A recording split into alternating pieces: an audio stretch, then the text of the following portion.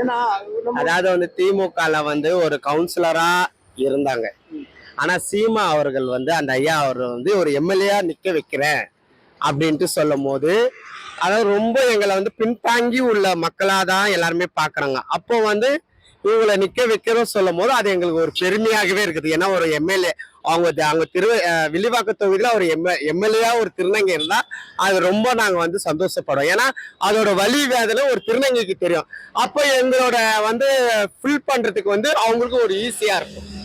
நீங்க எப்படி பாக்குறீங்க? இப்போ குறிப்பா வந்து உங்களை புறக்கணிப்பாங்க, இப்ப மக்கள் வந்து புறக்கணிப்பாங்க.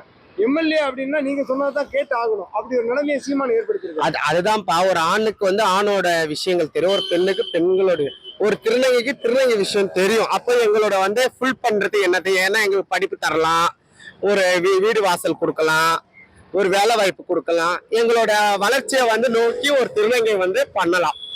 இதுவரை திமுக அதிமுக போன்ற கட்சிகள் எம்எல்ஏவா உங்களை ரெப்ரசென்ட் பண்ணதே கிடையாது. ஆமா, நாம் தமிழர் கட்சி எம்எல்ஏவே ரெப்ரசென்ட் பண்ணிருக்கு. அது ரொம்ப சந்தோஷமான ஒரு விஷயம் தான். ரொம்ப அது வந்து நான் இன்ஸ்டால பார்த்தேன், ரொம்ப அது ரொம்ப சந்தோஷப்படுறேன் நான். சரி, ஒருவேளை இப்ப நீங்க வந்து நாம் தமிழர் கட்சி அந்த கூட்டத்துக்கு வரதுக்கு அதுக்காக வாய்ப்பு இருக்குதாக்கா?